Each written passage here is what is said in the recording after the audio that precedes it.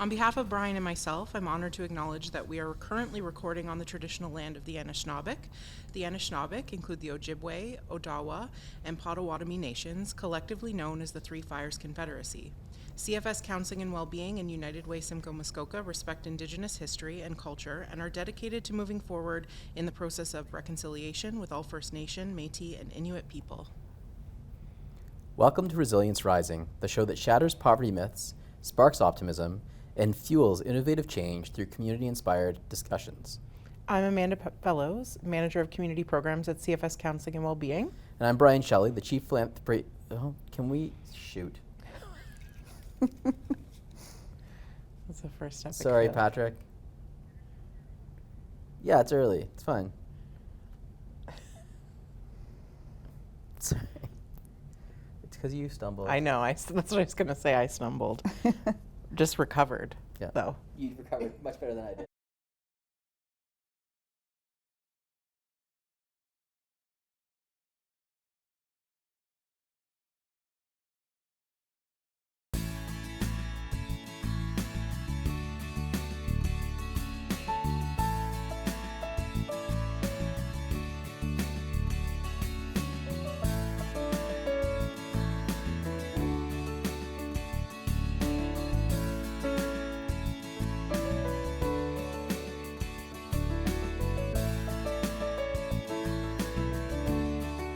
On behalf of Brian and myself, I'm honored to acknowledge that we are currently recording on the traditional land of the Anishinaabe. The Anishinaabe include the Ojibwe, Odawa, and Potawatomi nations, collectively known as the Three Fires Confederacy. CFS Counseling and Wellbeing and United Way Simcoe Muskoka respect Indigenous history and culture and are dedicated to moving forward in the process of reconciliation with all First Nation, Métis, and Inuit people. Welcome to Resilience Rising, the show that shatters poverty myths, sparks optimism, and fuels innovative change through community-inspired discussions. I'm Amanda Fellows, Community Programs Manager at CFS Counseling and Wellbeing. And I'm Brian Shelley, the Chief Executive and Philanthropy Officer at United Way Simcoe Muskoka. The title of today's episode is Unlocking Potential, Empowering Youth in Transition. There are about 12,000 youth and children in the care of children's aid societies in Ontario. Young people leaving the child welfare system are more likely to experience a range of negative outcomes, such as homelessness, mental health concerns, unemployment, lack of education, and involvement in the justice system. New system updates aim to improve these outcomes. To highlight the unique challenges faced by young individuals as they navigate this pivotal stage of life, and often without the necessary support systems, we welcome today's guest, Tracy Johnson, who is the Director of Services at Simcoe Muskoka Family Connections. Thanks for joining us today. Thank you for having me. So Tracy, to start with, can you describe the work that Family Connections does with youth in transition and some of the unique challenges faced by those, particularly those experiencing poverty? Sure, yeah. So at our agency, we have several mandates within our agency, but when it comes to youth from ages 18 to 23, we have a dedicated youth team who supports those youth in whatever they need, really, to help them be prepared to transition into adulthood and independence. So that youth team it's very youth-led, what that youth team does. So they really support those youth it can be anything from finding housing to setting goals into their future and creating a path with them to get there. It really is led by the youth, what that team does with those youth. Which is so interesting because I feel like there's often a lot of misconceptions about what Family Connections does in terms of, kind of being the folks that come in and take kids away as opposed to the folks that are empowering the youth in their care. And empowering the families. And empowering the families, yeah. Mm-hmm. Yeah, it is a pretty common misconception. So we work with many, many children, youth, and families in many different areas in our work. And of the many families that we work with, it's only about 6% of those families have a child or youth come into our care, and of that, only a small percentage ever stay in our care. Right. The other thing that can happen with children and youth, so the age of protection recently moved up to the age of 18. So for 16 and 17-year-olds who are struggling, they too can come and it's more youth led, so we can help them in whatever ways they need, but that includes financially support, et cetera, which was something we couldn't do before when the age of protection was 16. So it's sorry, go ahead. I was just gonna say, I mean, that makes so much sense, because you've got these 17-year-olds, for example, that are almost in this bubble, right? Like they aren't quite adults, but they were untethered and unsupported. So that's a huge shift, I'm sure. Absolutely, they were. They really did fall through the cracks of many systems just at that age of 16 or 17. So those 16 and 17-year-olds now they can get support from our organization when they need it. And then we can now follow those youth or support those youth until they're 23, which was also a shift that in the last few years, So this podcast and TV show, although we're looking at broad social issues, we really are trying to drill down on the different facets, different faces of poverty. So I'm wondering if you could speak to some of the unique challenges faced by youth experiencing poverty that you work with through your agency. Sure. So probably the one of the big differences, I guess, with the youth that are engaged with our agency is there's so those youth sometimes don't have the same support systems, often don't have the same kinds of support systems. So youth, I'm a parent of youth myself as well, and there is a lot of challenges, generally speaking, for youth right now. The price of housing, just the economy the way that it is, and inflation the way that it is, and wages not matching up with that is particularly difficult, I would say, for youth. And the youth that we're supporting they have a lack sometimes of family resources available to them that other youth in the community have at their disposal. So they're I would say having to grow up a little bit faster and more independently, and having to seek those supports from within the community, other places. And sorry, I'm just going to stay on this for a little bit, if that's okay. No, So, I mean, even if I think about things as you say this, and I'm also a parent of children, younger children, but I think about access to mental health supports, right? As mental, our school systems obviously can't get all their kids through to see assessments. It's often the children that are facing the most challenges or providing the biggest challenges are getting assessments. So assessments and mental health supports becomes a privilege of middle class, of upper middle class. Same would be access to recreation. Same would be all these elements that we know are healthy for a child in their development, or supports that may be needed for a child. I can as you say this, absolutely understand how a child growing up in a household where there's a struggle just to get food on the table every night, or a struggle to pay the bills. All of those things that I think a lot of us as parents prioritize as being fundamental or essential for our kids' development are seen almost as extras, or as unattainable bonus.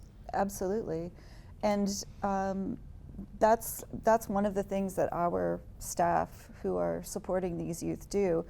So youth don't, there's access to it, there's even knowledge about what's available to them, that our staff kind of take the place and work with those youth, let them know even what's out there, what's available to them, and then help them access it, because programs and services are often, there's criteria to access them. So not all programs and services are open to everyone. So there's knowledge that's needed to even access services, like how to get through the front door, so to speak. So we think about how this conversation started, and you asking about misconceptions about what Family Connections does. I mean, I don't think that the general public would think of Family Connections being a navigator, like a program navigator, right, for these young people and their families. And essentially social capital, right? Because that's the piece I think that sometimes is often this kind of like glaring gap, especially when people are experiencing poverty, and for youth, is that social capital. Like when we were talking about knowledge transfer, right? Your staff become these knowledge transfer humans that help youth figure out how to navigate the system and life in general, right? And I think that becomes like, it's oftentimes a missing piece with people living in poverty is, I think about, I have a 16-year-old, and even like basic things like showing up early to an interview, or like, basic life skills become knowledge transfers. I become her social capital. And when you have 16 and 17-year-olds who have ruptured family relationships or not a lot of supportive adults, then Family Connections has this capacity to step in and become somebody's social capital and make those knowledge transfers and help them navigate the system.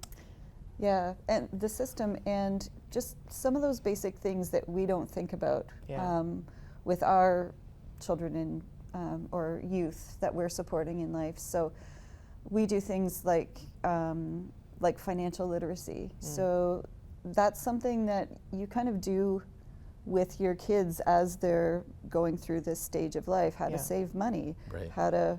So we provide that our staff provide that kind of support and help to those kids.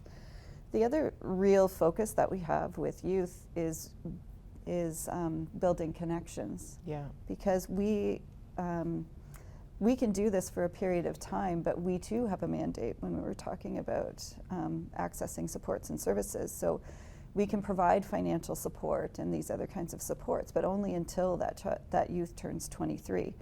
So we have to be very mindfully focused on not being the support for this youth, but really mindfully connecting this youth with people who they can count on going forward.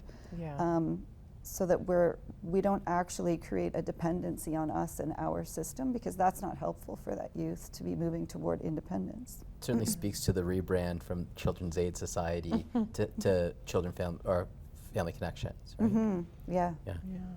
And facilitating then, like if your youth in transition team, I don't know how you navigate that internally, but if you are the mentors for a certain period of time, then you're connecting them so that they have other community-based mentors too, so that they can continue to achieve those goals. Absolutely. Community, family, mentors. I mean, you spoke earlier about like fractured relationships. So sometimes what we're helping youth with, if this is something that they want to do, is reconnect with people in their larger family system that they've lost touch with. Sometimes it's a matter of losing touch with. Sometimes it's a matter of them not knowing or not remembering extended family because there's been fractures within their family systems. So we have family finders, for example, that if the youth want, family finders are people who will help the youth find family that they've lost those connections, because those are the kinds of connections that will be there for that youth's life. Community as well, like you talked about. So it can be friends, it can be older siblings, like mentorship and connections. It's really youth-led because mentorship is relationship-based. So there isn't, we can provide some mentorship, that's true, but when ours is by virtue of our mandate time limited, those other ones are actually more important. Yeah. So maybe let's talk a bit more about mentorship. Like, what role does mentorship play in unlocking the potential of a young person? Oh, if you think about mentorship as like in the broad sense of the word, it's critical. It is how youth learn to navigate the world, because as you age, you start to experience and become responsible for different things. And each one of those things is a learning experience, right? So that's what mentors do for youth. So I think that we often think of mentorship as almost in a professional kind of capacity. What do you want to do when you grow up? We'll find you a mentor. But mentorship can be around how to save money. It can be about how to navigate toward a career path. But it's life skills. Absolutely. I feel like I was on that train about 15 minutes early to an interview because I was navigating that with my own kid this week. Right. But I was thinking about how, like, those are the things that sometimes, like, we take for granted, like you were saying, right? Like, all of these things that just become innately, like, we innately know how to navigate those things because we grew up a certain way or our parents taught us those things. That I think is sometimes missing, for kids when they don't have all of those mentorship relationships. Yeah, and we think about, in a previous episode we were talking about domestic violence and the cycle of domestic violence, right? You only know what you see, you only know what you know, right? So making sure that we're pairing young people with positive mentors that can maybe be circuit breakers, or maybe can help them maybe break a cycle if they are in a family cycle of that's toxic. Mm-hmm. Yeah. Yeah, for sure. Emotional support, just that is, it's critical for all of us as humans. We're social beings, and it's like mentorship can be navigating relationships, even getting a job. Some kids have advantages in getting jobs, like you were saying, so you can coach your child around the interview process, help them with their resume, do all of those things. And these youth, that's one of those experiences that they will have for a first time often, and they don't necessarily have the same supports, connections innately, so we try to build those. That's so interesting you say that, because I did, in a previous, or early in my career, I was in a position where I hired a lot of 17, 18-year-olds. And when I think back on it now, I was probably pretty harsh on some resumes, right? Because I would go through the resumes, and for example, if someone spelled my name Brain as opposed to Brian, they got moved to the side. And if the resume looked professional, it got moved to another side. Well, if I think back when I was applying to my first jobs, to be honest with everyone, my mom created my resume. Right? My mom probably wrote my cover letter, or certainly proofread it if she didn't write it. Right. And again, I'm someone who's made a career in the social sector, working in the charitable sector, and even that, I still had those blinders on, right? That's a huge point. Yeah, for sure. It's it is really a lot of things that take for granted. You can take for granted. Yeah, absolutely. And then quickly how those missing pieces can perpetuate the cycle of poverty too, though, right? So then if you don't have mentors, support systems, social services, programs that step in to support young people, specifically young people, to help teach them all of those skills or guide them through the process or whatever that looks like, and then we fault people for continuing to stay in poverty when there has been no, if things like this didn't exist, Family Connections, running youth in transition programming, or even just making, adaptations to the system, right? Because I know you went through a big system overhaul. I mean, changing the ages, like all of that stuff is so critical then to breaking that cycle of poverty. Absolutely. Yeah. How do you address the intersectionality of issues that many transitional youth face? We've touched on poverty, but talk maybe about mental health challenges or and lack of family support. Yeah, like every youth's experience is unique, but there is absolutely this, we've kind of talked about it a little bit, right? So the lack of family supports can in a very subtle and maybe not so subtle way keep youth in poverty, because they don't have the supports that would enable them to move out of it, like getting jobs, that kind of thing. There's an intersectionality around, if you think about the structural determinants of health, just all of the things, the big study that was done around what we all need in our lives in order to. And so for our listeners and our viewers at home, because us in the sector talk about social determinants of health a lot, maybe expand on that. What are the social determinants of health? Yeah, so it's things that, see, now you're putting me on the spot to think about the actual structural determinants of health. 1, 2, 3, 4, but more so just that concept. Yeah, because I think for folks that don't work in the sector, that is a foreign concept. Yeah. So basically the structural determinants of health, it was a study that was done at one point where they looked at the different aspects of people's lives that determine fundamentally how healthy you are later on in life. So when you grow up in poverty, you're more likely to be not healthy later on. People, if you are, if you're part of the dominant kind of race in your society, so in our community, if we happen to be born white, then we have advantages that lead to greater health. And if you happen to be born of another race or color or a different, you don't speak English as your primary Yeah. language, You're it more at places risk, yeah. you're more at risk Yeah. of health-related issues later on. Yeah. And it's all related to our social structure. So there is this whole intersectionality that happens with youth that can be, it can make it more and more difficult depending on where they're starting out from for them to get ahead. So Yeah. poverty is one of those things. It's if you grew up in poverty, it is harder to get out of it than if you happen to not be Right. born into poverty. Which I imagine is a large percentage of the clients you're supporting, because if we think about why Family Connections would typically get involved with a family in the first place, like why is that? Why would a family typically? I imagine it's typically because we're not meeting basic needs, or we're unable to meet basic needs. There's been some kind of trauma. You know, I don't know. Like, Yeah. is that? Yeah, so we are very, very few people intentionally hurt their Right. children. Yeah.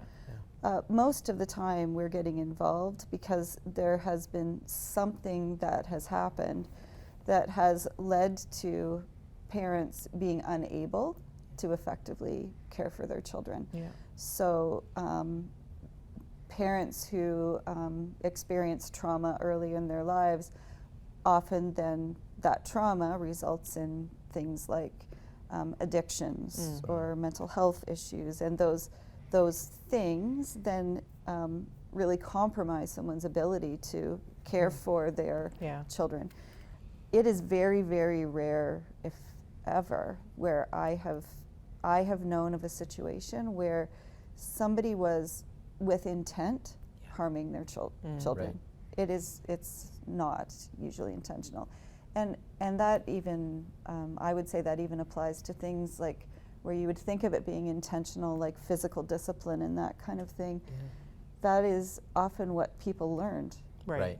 And so you carry those things forward into how you parent children. Yeah. So to change gears here, for a story of hopefulness. Yeah. I wonder if you can share an example of a success story that illustrates how empowering a young person during this time of transition led to positive long-term outcomes. And I know that you don't work directly with the young people themselves, but wondering if you have a story that your team has shared with you. Yeah, so thank you for sending me this question ahead of time, because I did ask my team to share a story of a youth. So the one that kind of stuck with me was this was a youth who became involved with us at 16, so it was not too long after that age of protection changed, so we could support this youth. At that point, she wasn't attending school. She was living with a boyfriend's family at the time, so she engaged in our services. So we do it's called a voluntary youth service agreement with 16 and 17-year-olds. So we can provide them with financial support, but that's kind of the start of these conversations about what goals they have, where do they want to get to, those kind of things. She eventually moved out of the boyfriend's parents' home and connected with an older sibling. So went and lived with an older sibling. Got back into school, eventually graduated from high school, which is amazing. In and of itself, a huge success. Yeah, no, that was great. Applied to Georgian College, attended Georgian College, got her diploma. Just after she graduated from her diploma at Georgian College, it was announced that we were able to support youth the legislation changed so we could support youth up to the age of 23. So she found that information out and decided to apply to university. Yeah. So she applied to university, she got in, she's in her second year now. Wow. During that whole time, her sister, our staff, lots of people helped her, but she was working part-time through that time between her part-time job, the financial supports that our organization was able to provide her, and the other supports. She bought a car. She is now on this is what I have to look at my notes for, She's a volunteer advisor for the Step Up for Simcoe Young Adult Advisory Committee, and she's now a mentor for a younger sibling of hers. Oh, that's who's- awesome. She's helping Amazing. out. So, Yeah.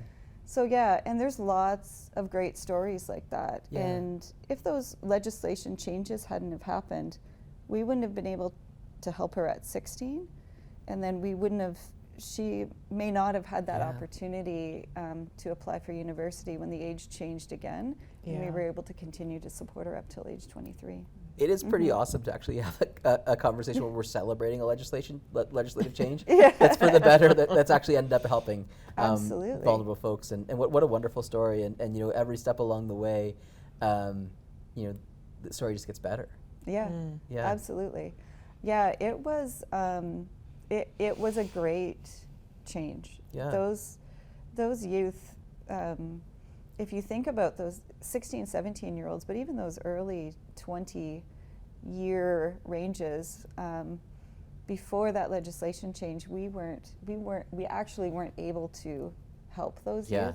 youth, and it makes a huge difference, as you can see from that Yeah. story. Well, and if you think about, again, a young person that's already started at, you know, at a stunted development, right? Because they haven't necessarily had all the opportunities that many are able to provide for their kids, right? So, you know, I imagine you have 21-year-olds that in some ways are emotionally 16, 17, that you know, you because there's this, it's not a clear path to development, and so that makes a lot of sense to have that flexibility. Because also, I mean, I think often just to say that, well, this person's 18, well, they're done, right? They're fully cooked, their brain is fully developed, they are ready to be independent. That's a pretty arbitrary number to put on anything. Oh, absolutely. And I think about that, if I think about that even in relation to my own children. Sure. Like 17, my 17-year-old is not independent by Yeah. any No. means, Yeah. nor is my 20-year-old. Yeah. Right. Yeah. Because it's there's still a lot of growing up to do, and you're just trying to start out, Yeah. right? Yeah. Yeah. In a world that's pretty challenging right now. Yeah. So how can the broader community kind of help family connections or support family connections to fill in service gaps, or what can people do to Yeah. support you? Well, one thing that we are actually in desperate need of are foster parents. We just talked about 16, 17. Some of those youth, like the youth that we just talked about, are starting to try to get out on their own, but lots of them still need a family. Yeah. And so if anyone is interested in fostering, that is absolutely one thing that we desperately need. The other thing that that's really helpful, we get lots of donations from the community, which is amazing. Yeah. But often those donations are very kid-oriented, so we get lots of toys, Right. things for children. And our youth that we're talking about here need different things. So they need things to help them set up an apartment. They Right. need Right. gift cards for grocery stores or clothing stores or things like that. So those donations, we appreciate every donation that we get, of course, but just because of the work that we do, people are often donating things for Little very children. young children. Yeah. Yeah. So thinking about donations that really youth could benefit from would be a huge help Yeah. as well. And I guess the other thing is our youth, like many others in the community, housing is a big issue. Yeah. So fostering is one thing, but anybody out there who is aware of supports or actually just housing opportunities for youth, that's a big challenge right now. So youth are looking for room and board situations. They're looking for places to rent that are affordable and Yeah. reasonable. Yeah. Tracy, thank you so much for joining us today. This has been a really enlightening, and I think really a hopeful conversation. The work that you and your colleagues are doing in inspiring young people and working with families really is filling my cup. So thank you so much. Thank you. Yeah, we have a great team that's doing lots of great work. Yeah. You do. Thanks. So thank you to our special guest, Tracy Johnson. Tracy is the Director of Services at Simcoe Muskoka Family Connections. Thank you also to our studio partners here at Rogers TV Barrie. And of course, thank you to our listeners and viewers for joining us.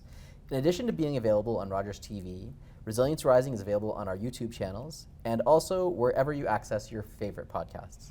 And we'll see you next time on episode 7 of season 2 when we discuss aging with dignity, addressing older adult poverty. I'm Amanda Fellows of CFS Counseling and Wellbeing with my co-host Brian Shelley of United Way Simcoe Muskoka, asking you to embrace innovative change to ensure our communities are great places to live for everyone. Thanks for tuning in. Thank you.